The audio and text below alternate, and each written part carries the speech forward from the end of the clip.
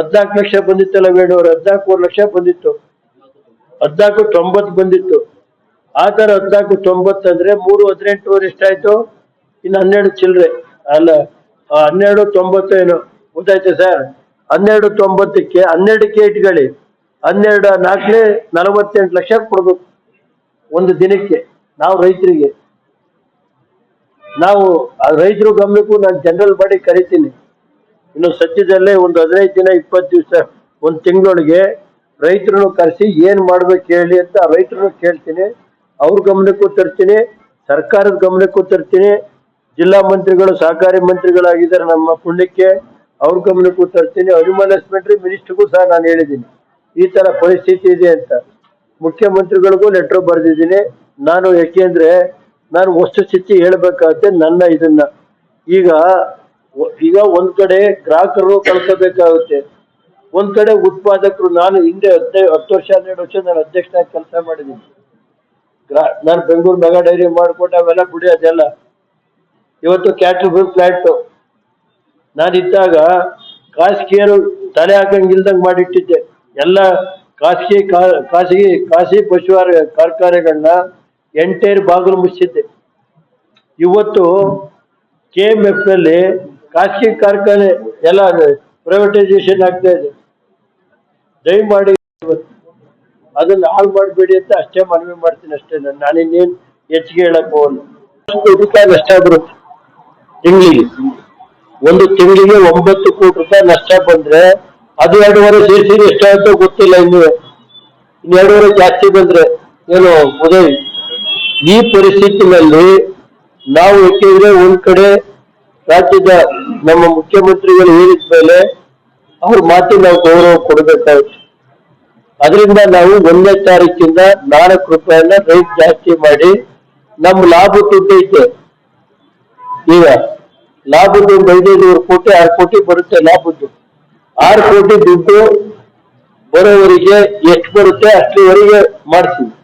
ಬಂದ್ಮೇಲೆ no problem. ನನಗೆ ಕೇಳಿ ಯಾವುದೇ ಸರ್ಕಾರ ಅಲ್ಲದೋದ್ರೆ ಸರ್ಕಾರವೇ ನೇರವಾಗಿ ನಾನು ಇಲಾಖೆ ಅಧಿಕಾರಿಗಳನ್ನು ಕೇಳ್ತೀನಿ, KMF ಕೇಳ್ತೀನಿ. ನಷ್ಟ ಆದ್ರೆ ಯಾರು ಜವಾಬ್ದಾರಿ?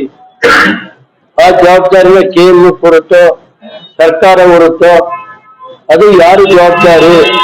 ಇದನ್ನ ಆ ರೇಟ್ ಜಾಸ್ತಿ ಮಾಡಿ ಅಂತ ಯಾರು ಕೇಳಿದರು? ಕೊಡ್ತೀನಿ. ನಂಗೆ 5,500 ಕೋಟಿ ದುಡ್ಡು, 5.5-6 ಕೋಟಿ ದುಡ್ಡು ಐತೆ. ಆ ದುಡ್ಡು ಮುಗಿಯೋವರೆಗೂ ನಾವು ಮುಖ್ಯಮಂತ್ರಿಗಳ ಆದೇಶ ಪಾಲಿಸಬೇಕು ನಾನು ರಾಜ್ಯದ.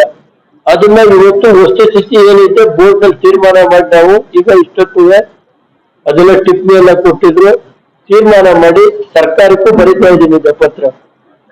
ಸರ್ಕಾರಕ್ಕೆ ಬರೆದು ಕಾರ್ಯದರ್ಶಿಯರಿಗೆ, ಸಹಕಾರಿ ಇಲಾಖೆ, ಅನಿಮಲ್ ಹಸ್ಬೆಂಡ್ರಿ ಇಲಾಖೆ ಮುಖ್ಯ ಕಾರ್ಯದರ್ಶಿಗಳಿಗೆ ಎಲ್ಲ ಇದನ್ನ ನಮ್ಮ ಒಕ್ಕೂಟದ ಪರಿಸ್ಥಿತಿನ ತಿಳಿಸ್ತೀವಿ. ಅವ್ರು ಏನ್ ಹೇಳ್ತಾರೆ ಅದ್ರ ಮೇಲೆ ನಾವು ಕೇಳ್ತೀವಿ.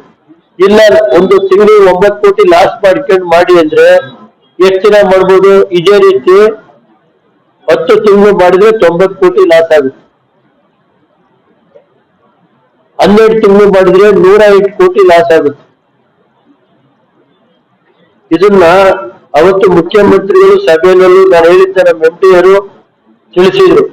ಅವರು ಬರೀ 3 ರೂಪಾಯಿ ಮಾತ್ರ ಜಾಸ್ತಿ ಮಾಡೋಣ, 2.5 ರೂಪಾಯಿನ ರೈತರಿಗೆ ಕೊಡೋಣ, ಇನ್ನು 50 ಪೈಸಾ ಸಂಘಕ್ಕೆ ಕೊಡೋಣ ಅಂತ ಪಾಪ ಮುಖ್ಯಮಂತ್ರಿಗಳು ಹೇಳಿದ್ರು ಸಹ ಅದನ್ನ ಲೆಕ್ಕಕ್ಕೆ ಗಮನಿಸ್ತಲೇ ಕೆಲವರು ಯಾರು ಮಾಡಿದ್ರು ಗೊತ್ತಿಲ್ಲ ನನಗೆ 4 ರೂಪಾಯಿ ಆಗ್ಲೇಬೇಕು ಅಂತ ಮಾಡೋರು.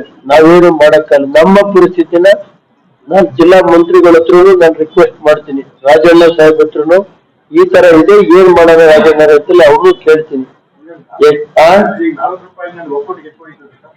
ನಮ್ಗೆ ಒಕ್ಕೂಟಕ್ಕೆ 4 ರೂಪಾಯಿನಲ್ಲಿ ನಮ್ಗೆ 1 ರೂಪಾಯಿ 9 ಕೋಟಿ ನಷ್ಟ ಅಂದ್ರೆ 4 ರೂಪಾಯಿ ಕೊಟ್ರೆ 9 ಕೋಟಿ ಲಾಸ್ ಆಗುತ್ತೆ ತಿಂಗಳಿಗೆ. ಒಕ್ಕೂಟ ನಾವು 4 ರೂಪಾಯಿಗೆ ಎಷ್ಟು ಬೇಕು ಅಲ್ಲಿವರೆಗೆ ಕೊಡ್ತೀನಿ, ಅದಾದ್ಮೇಲೆ ಕಮ್ಮಿ ಮಾಡ್ತೀನಿ ರೇಟ್. ಒಕ್ಕೂಟಕ್ಕೆ 4 ರೂಪಾಯಿ ಬರೋದು ಎಷ್ಟು? 4 ರೂಪಾಯಿನೂ ಕೊಟ್ರೆ ನನಗೆ ಹಾಲಿಂದು 3,18,000 ಬರುತ್ತೆ. 3,18,000 4 ರೂಪಾಯಿನಂತೆ. ಇನ್ನು 9 ಲಕ್ಷ ಚಿಲ್ಲರೆಗೆ ನಾನೇ ಒಕ್ಕೂಟದಿಂದ 4 ರೂಪಾಯಿ ಕೈಯಿಂದ ಕೊಡ್ಕೊಂಡು ಹೋಗ್ಬೇಕಲ್ಲ. 9 ಲಕ್ಷ ಹಾಲು, ಮತ್ತಿನ್ 2 ಲಕ್ಷ ಬಂದ್ರೆ 12 ಲಕ್ಷಕ್ಕೆ ನಾನೇ ಕೈಯಿಂದ ಕೊಟ್ಕೊಂಡು ಹೋಗ್ಬೇಕಲ್ಲ. 1 ಲೀಟರ್ 4 ರೂಪಾಯಿನಂತೆ. ಐಡಿಯಾ ಗೊತ್ತಾಯ್ತಲ್ಲ ಸರ್ ನಿಮ್ಗೆ? ಏನು ನಾನು ಹಿಂದೆನೇ ರೈತರಿಗೆ 4 ರೂಪಾಯಿ ಕೊಡ್ಲೇಬೇಕಲ್ಲ ಸರ್ ನಾನು. ಅಲ್ಲಿಗೆ ಎಷ್ಟು ಒಂದು ದಿನಕ್ಕೆ ನಾನು ಆ ರೇಟ್ ಜಾಸ್ತಿ ಆದ್ರೆ 48 ಆಗುತ್ತೆ. 48 ಲಕ್ಷ ಒಂದು ದಿನಕ್ಕೆ ಕೊಡ್ಬೇಕು ನನ್ನ ಕೈಯಿಂದ ಅಲ್ವಾ ಸರ್?